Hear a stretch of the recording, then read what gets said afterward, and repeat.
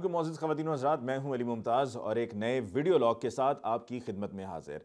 आज हम बात करने जा रहे हैं पीडीएम को लेकर और एक बड़ी खबर आप तक पहुंचाने जा रहा हूं। और ये जो खबर है ये खुशखबरी है पाकिस्तान तहरीक इंसाफ के लिए और पाकिस्तान तहरीक इंसाफ के सपोर्टर्स के लिए। ये खबर क्या है आपको बताने से पहले एक दफ़ा फिर आपसे गुजारिश कि आप हमारे चैनल को सब्सक्राइब कीजिए, बेल आइकॉन पर क्लिक कीजिए, लाइक कीजिए वीडियो को और शेयर कीजिए। पीडीएम के जिसका हमने देखा कि आगाज़ हुआ तो पहला जलसा, बड़ा जलसा गुजरांवाला शहर में था, पहलवानों के शहर में। उसके बाद मुख्तलिफ शहरों में जलसे हुए, कराची में हुआ, कोयटा में हुआ, मुल्तान में हुआ, लाहौर शहर में हुआ। हत्ता कि जो लाहौर शहर का जलसा था इसके बारे में कहा जा रहा था कि चूँकि कोरोना वायरस के केसेस में इजाफा हो रहा है तो ये जलसा अव्वल तो होने नहीं दिया जाएगा और अगर हो गया तो ये गेम चेंजर होगा। ये खुद पीटीआई के लोगों का कहना है और मुझसे जो मेरी उनसे गुफ्तगू होती रही है उसमें मुझे कहा जाता रहा है। लेकिन ये जलसा हुआ और इस जलसे के बाद भी कुछ बात बनी नहीं पीडीएम की और मामला वैसे का वैसे ही वहीं खड़ा है। कभी बात होती है लॉन्ग मार्च की, कभी बात होती है असेंबलियों से इस्तीफे देने की और अब तो तहरीक अदम एतमाद की भी बात हो रही है कि जी वोट ऑफ नो कॉन्फिडेंस लाया जाएगा और इन हाउस चेंज को लाया जाएगा। और फिर हमने ये भी देखा कि कभी आपस में इत्तफाक है, कभी इख्तलाफ है। ये 11 जमातों का इत्तेहाद है, हम सब जानते हैं। और इन 11 जमातों में जो फ्रंट लाइन पे हैं वो 3 पॉलिटिकल पार्टीज हैं, पीएमएलएन पाकिस्तान पीपल्स पार्टी और जेयूआईएफ यानी कि मौलाना फजलुर रहमान साहब की जमात। अब इन तीनों जमातों ने बाकी जमातों को भी साथ में मिलाया है और जो अभी इलेक्शन कमीशन के बाहर एहतजाज हुआ गुज़श्ता हफ्ते, उस एहतजाज को देखते हुए और उसमें नंबर्स को देखते हुए कि नंबर्स इतने ज़्यादा नहीं थे, तादाद इतनी नहीं थी, वफाकी वज़ीर दाखिला शेख रशीद साहब का ये कहना था कि ये जो लॉन्ग मार्च उन्होंने कल करना है वो कल छोड़ें, वो आज कर लें, क्योंकि अगर इतनी ही तादाद है तो हमें उससे कोई डर खौफ नहीं है। एक तरफ हुकूमत ये भी कहती है कि हमें कोई डर खौफ नहीं है, तो दूसरी तरफ जब भी कहीं पर कोई पीएमएलएन का या पाकिस्तान पीपल्स पार्टी का या मौलाना फजलुर रहमान साहब का या पीडीएम के प्लेटफॉर्म से कोई बयान आता है तो फौरी तौर पर हुकूमती नुमाइंदे उसका जवाब देना फ़र्ज समझते हैं। जहाँ तक लॉन्ग मार्च की बात है तो ये मेरा अपना ज़ाती मुशाहिदा है। मैंने सन 2013 में जो जनवरी के ही महीने में एहतजाज हुआ था पाकिस्तान अवामी तहरीक का, पाकिस्तान पीपल्स पार्टी की उस वक्त हुकूमत थी, मैंने वो ख़ुद देखा। लाहौर से लेकर इस्लामाबाद तक मैंने कवर किया और वहाँ पर मौजूद रहा उस शदीद सर्दी में उन तमाम एहतजाजियों के साथ जिनका ताल्लुक़ पाकिस्तान अवामी तहरीक से था और डॉक्टर ताहिर कादी साहब भी वहाँ पर मौजूद थे। फिर उसके बाद सन 2014 का जो एहतजाज था जिसमें पीटीआई का एहतजाज 125 रोज़ जारी रहा और उससे पहले पाकिस्तान अवामी तहरीक ने भी वहाँ पर भरपूर एहतजाज किया। इनकलाब मार्च का उसे नाम दिया गया था। लाहौर शहर से शुरू हुआ और फिर उसके बाद तकरीबन 56 घंटे लगे इस्लामाबाद शहर पहुँचने में। तो उस तवील एहतजाज के बाद और उस मुश्किल सूरत हाल के बावजूद जो एहतजाज था वो उस तरह से कामयाब नहीं हो सका कि जैसा कि कामयाबी की उम्मीद की जा रही थी। अब कामयाबी क्या है? कामयाबी को अगर गेज करना है या कामयाब कहना है तो किसको कामयाब कहा जा सकता है और किसको नाकाम कहा जा सकता है? जो मुतालबात हैं वो ये तय करते हैं। तब ये मुतालबा था कि नवाज शरीफ उस वक्त वज़ीर आज़म थे, वो अपने ओहदे से मुस्ताफ़ी हों और जो मॉडल टाउन में 14 लोगों का कत्ल हुआ है उसमें जो ज़िम्मेदारान हैं, जिसमें नवाज शरीफ भी शामिल हैं, शहबाज शरीफ भी शामिल हैं और उनके दीगर साथी भी शामिल हैं, उनके खिलाफ मुकदमा दर्ज हो और मुकदमा दर्ज होने के बाद उनके साथ उनके खिलाफ कार्रवाई हो और वज़ीर आज़म नवाज शरीफ बतौर वज़ीर आज़म इस्तीफ़ा दे दें।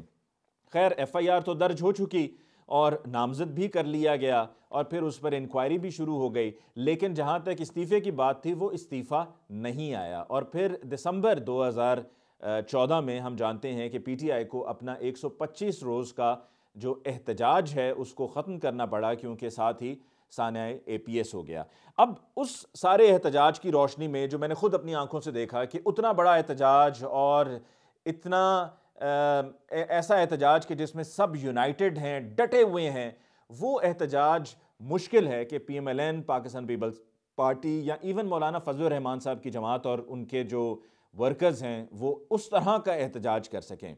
और उस एहतजाज के बावजूद कि जब हुकूमत ना गिरे तो फिर अब हुकूमत कैसे गिर सकती है, जिसको तो खुद अपोजिशन ये कहती है कि ये सिलेक्टेड हुकूमत है।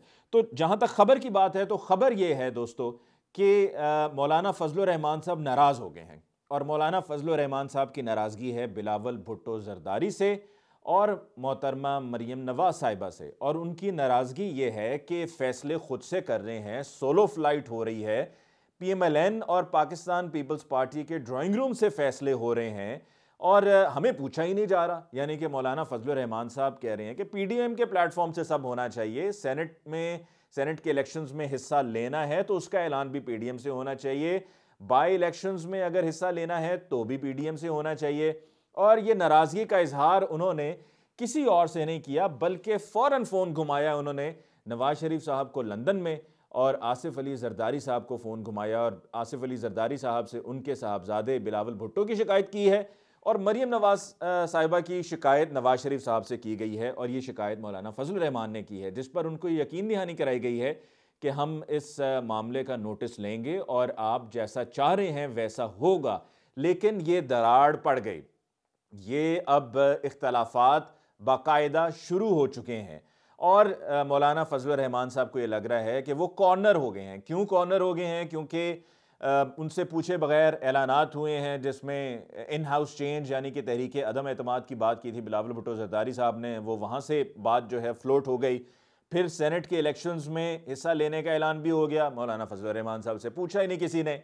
और फिर बाई इलेक्शन जो ज़िमनी इंतखाब होने जा रहे हैं, उन ज़िमनी इंतखाबात में भी हिस्सा लेने का फैसला हो गया और मौलाना फजलुर रहमान साहब से पूछा नहीं किसी ने। तो ये नाराज़गी मौलाना फजलुर रहमान साहब की अपनी जगह बजा है, लेकिन ये खुशखबरी है पाकिस्तान तहरीक इंसाफ के लिए और पाकिस्तान तहरीक इंसाफ के सपोर्टर्स के लिए कि PDM में दरारें पड़ गईं। जो कुछ दिन पहले हमने देखा था ना कि मजाक में वीडियोस वायरल हो रही थी और कहा जा रहा था कि अब PDM नहीं रही, तो लग यही रहा है कि PDM का अब ड्रॉप सीन होने वाला है और ये जो इख्तलाफात हैं ये अब खुलकर सामने आ गए हैं। ये वो खबर है जो मेरे पास मौजूद थी, एक्सक्लूसिव खबर, तो आपके साथ मैंने इसको शेयर किया।